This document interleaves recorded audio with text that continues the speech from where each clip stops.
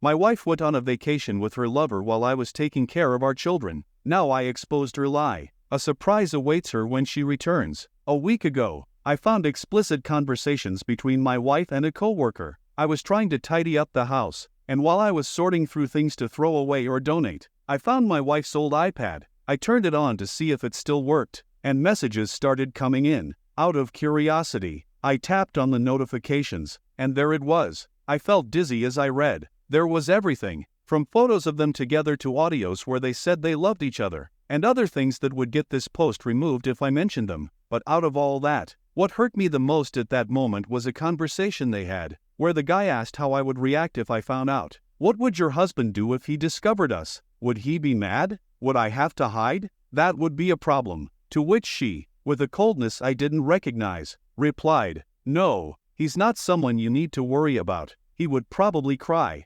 asking over and over again why I did it, and I'd have to hug him to calm him down. You know, he cries every time our daughter gives him a Father's Day drawing. He's a sensitive man, not a threat." When I read that, I felt a lump in my throat. I wanted to cry. I wanted to throw the iPad on the floor and smash it in anger, but I held back. My throat burned, but I swallowed my tears. Maybe it was pride or the fact that my kids were home, but I didn't want to suffer because of my wife. My youngest daughter had run up to me because she couldn't find me, and she hugged me, asking for something to eat. I picked her up, set the iPad aside, and walked to the living room. I told my kids to grab their coats because we were going to a restaurant. I let them choose, and after they ate, they went off to play in the kids' area. I was just trying to make sure they could have fun in a safe place so they wouldn't notice anything wrong with their father. It's obvious I'm going to separate from their mother, but I still had to figure out how to make it easier for them. My wife called me sensitive, and she was right. I'm very sentimental when it comes to my family. My mother abandoned me when I was 8 years old, and I grew up with my father. He was a good father and did his best, but like most men of his time,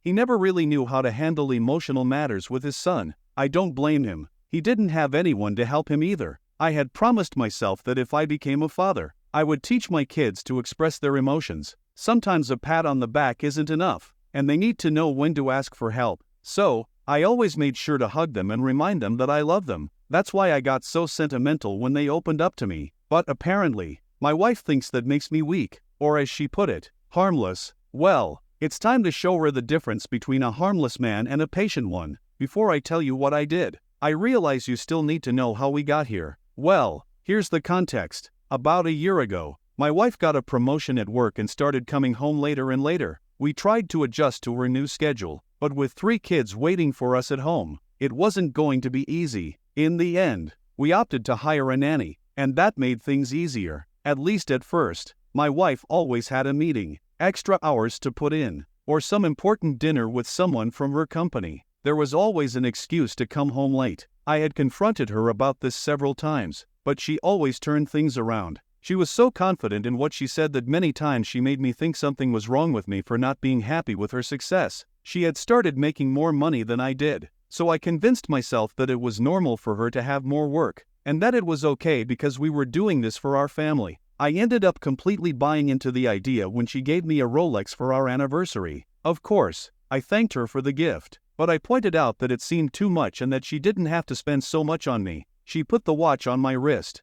and after we kissed, she said it was okay because we deserved the best. But surprise, she didn't buy the watch. Her lover gave it to her, as a donation to me, like a gesture of charity. The messages made it clear that this guy just wanted to show off. But it's fine, that doesn't matter to me anymore. And even though it's an entry-level watch, it still costs $6,000, a small price for the humiliation. I'll see if I pawn it or sell it online later. Now, let's move on to the day when my future ex-wife's lies started falling apart. The kids were asleep, and I was about to do the same when my wife came into the bedroom. Excited, with a smile on her face, she told me that her company was sending her to a 2-week intensive course on business leadership. I got excited for her. It meant she had potential for growth and could go further in her field, but it was a lie. What she was really going to do was go on vacation with her lover. I even asked for 2 weeks off from work because I wanted my kids not to feel alone without their mother. The rest you already know. I called my father. I needed advice. I had to focus and be clear about what I was going to do from now on, and who better to talk to than the toughest person I know. He listened to me. Final update. Now she understood me and made it clear that I needed to start acting now that my wife isn't here and I can move freely. She doesn't call very often either, so I don't have to worry about her suspecting anything. Everything is ready and in order for when she returns. My children know the truth, and although they don't like the idea of their parents separating, they know they are loved. My lawyer has all the evidence to start a custody case, and I have taken my children to their grandfather's house so they don't hear anything about what will happen today between their mother and me. 4 days ago, I also met with the wife of the guy she's cheating on me with, and it seems the woman already suspected it. She just needed confirmation. He had already cheated on her in the past, and she forgave him, but she made it a condition that everything they bought from then on would be in her name, and if the cheating happened again, he couldn't claim any of the assets they acquired while married. This guy tied a noose around his neck and pulled it tight. Maybe it's just my imagination, but this woman didn't seem hurt at all. In fact, she seemed eager to break the news to her husband and joked about being free. There's 1 hour left before my wife arrives home. I told her I wouldn't be able to pick her up from the airport, and she was fine with that. I'm calm now and will try not to lose my composure. I'll bring you an update when all of this is over, but don't expect it to be soon.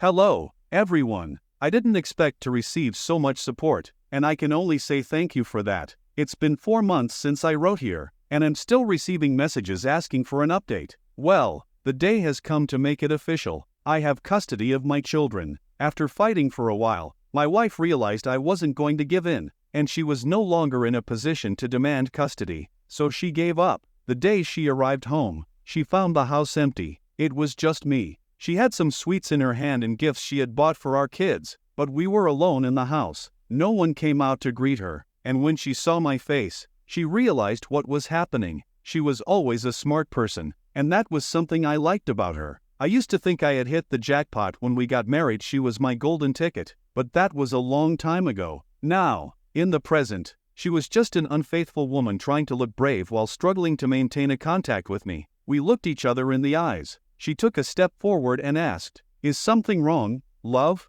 I showed her the divorce papers and told her to sign them. I mentioned that my lawyer would pick them up later, and he could explain if there were any errors or clarify her doubts. I wanted to leave, but she asked me to wait. She asked about our kids, and I answered. She then asked if we could sit. I sat down alone on the couch. She wanted to come closer, but I gestured for her to stay at a distance. After a minute of silence, she asked how I knew. Like I said, she's a smart woman, so I guess she was evaluating her options and whether she could still fix things. But since I'm a good person, someone very sensitive who wouldn't let his wife overthink and hurt herself searching for solutions, I took out her old iPad and said, "I know everything. I already had the evidence, so it didn't matter if I lost the iPad." She started scrolling in desperation while seeing that the wallpaper was photos from her vacations. She began to cry, and I left the house. She was fired some time later, and the guy she cheated on me with ended up kicking her out of his life after reconciling with his wife. I don't know what happened there. Profile, and she seems to be doing well. I don't think she loves her husband, but that's no longer my concern. My kids and I have returned to our house, and my father has moved in with us. I realized that my separation affected me, and that's something I didn't expect. My father is an old man, and in his words, it hurts him that history has repeated itself, referring to when my mother abandoned us. I convinced him that everything will be fine. We'll all be okay as long as we're together. My kids enjoy spending time with their grandfather, and I hired a nanny to take care of all 4 of them, including my father, since although he still has a lot of energy, he needs to start taking care of his health. My ex-wife found a job with a much lower salary than she was used to, but it's enough for her to stay up to date with child support. My lawyer thinks I'm lucky to have found the tablet because, without that evidence, even though my wife cheated on me, it would have been very difficult if not impossible for me to get custody of the children. She still loves her kids and takes them on the weekends, so I'll give her a bit of credit for that. Well, that's how my story ends. I don't plan to have a romance anytime soon, and I can't imagine being in a relationship for the next 2 years. Maybe I'll get lucky later on. That's all. I'll say goodbye, wishing you all a good life. Friends, now follow us for more stories.